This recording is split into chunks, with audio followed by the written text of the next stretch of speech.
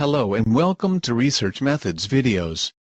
In this segment we will learn a little bit about how a spreadsheet program works. At several points during the video you will be instructed to pause the movie so that you can try something out in your own spreadsheet.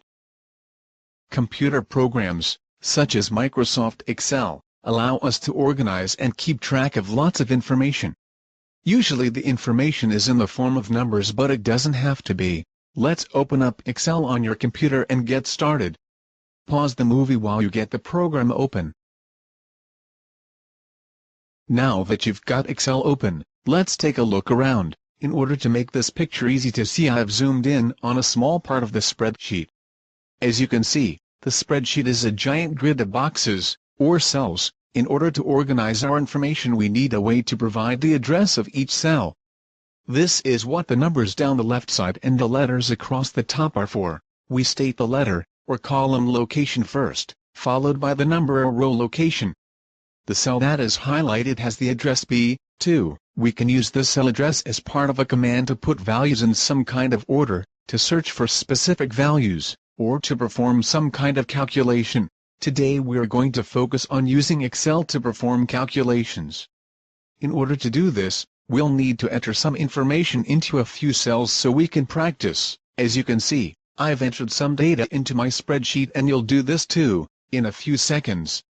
It's always a good idea to identify what the numbers represent, so, add a title into cell A1, for the length of various objects.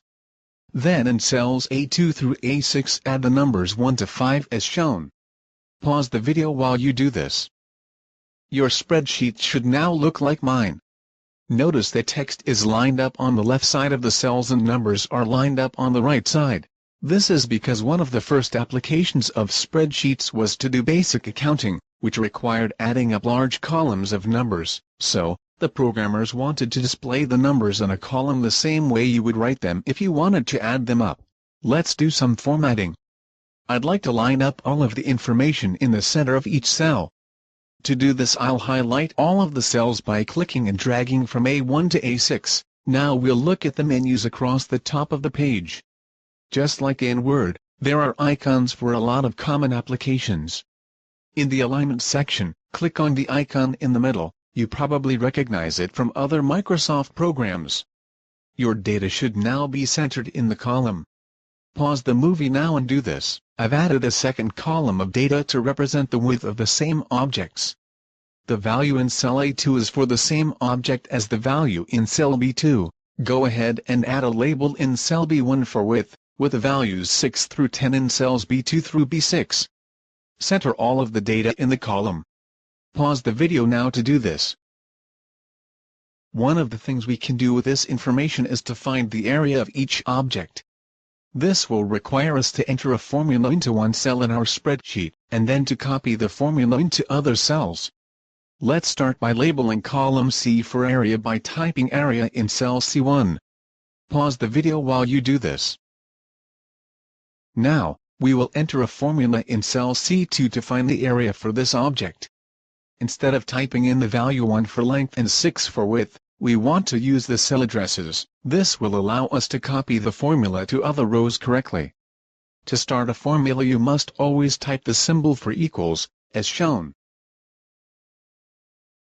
To complete our formula you can either type in the address for each cell or click on the cells and the address will be added to the formula. The symbol for multiplication is the asterisk, which you get by pressing Shift and the number 8 on your keyboard. Here is what the completed formula looks like. Notice that Excel highlights the cells used in the formula. To get a value in cell C2, press Enter after you type the formula. Pause the movie and do this now. Notice that when you click on the cell where you typed the formula it is shown right above the spreadsheet. This way you check to make sure the calculation is doing what you want. To copy the formula we want to take advantage of a quick shortcut provided in the program.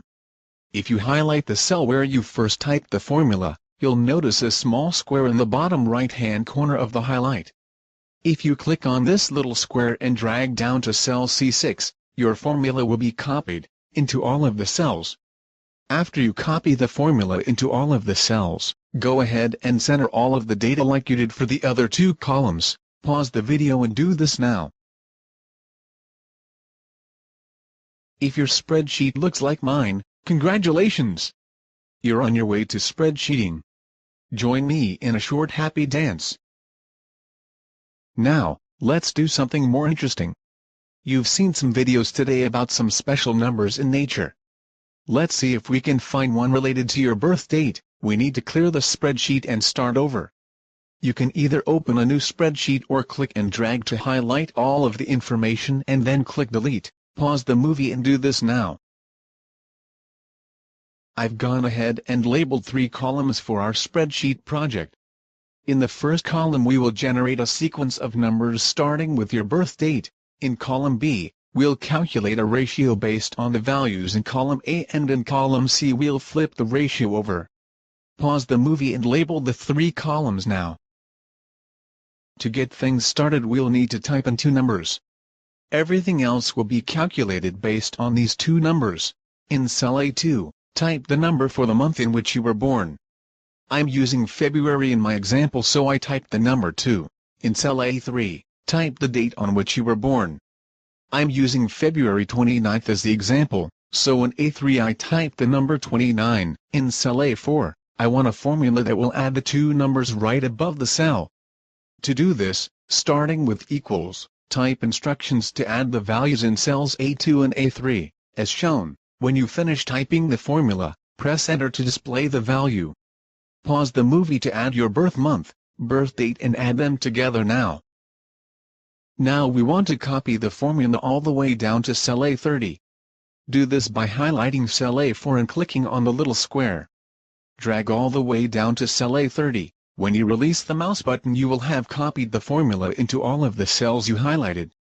Pause the movie and do this now. Here are the first few values in my example. Your values will be different. Notice when I click on cell A5 the formula is exactly what I want. It adds the 2 previous values. Now for the ratio column. We need to leave cell B2 empty, so we'll start with cell B3. What we want to do is take the ratio of the current value of the sequence to the previous one, so, in cell B3 type the formula to divide A3 by A2, as shown. When you press enter the calculated value will be shown. Pause the movie and do this now. In cell C3 we want the inverse of the value we just calculated in B3, so enter the formula in C3 to flip the value by dividing 1 by the value in B3, as shown. When you press enter you'll see the calculated value. Pause the movie and do this now. Now we need to copy these 2 formulas to fill in columns B and C. If you click and drag to highlight both cells B3 and C3 together, then you copy both formulas at the same time. With the 2 cells highlighted, click and drag the little square all the way down to row 30. Pause the video and do this now. Here are the first few values in my example. Yours should be different. Once you have filled in columns A, B and C all the way down to row 30 you'll have to show your teacher the values you have in cells B30 and C30 to see if it's time for another happy dance. Your teacher will explain what is going on once everyone has calculated their values and turned them in. I'm betting yours worked perfectly. Good luck.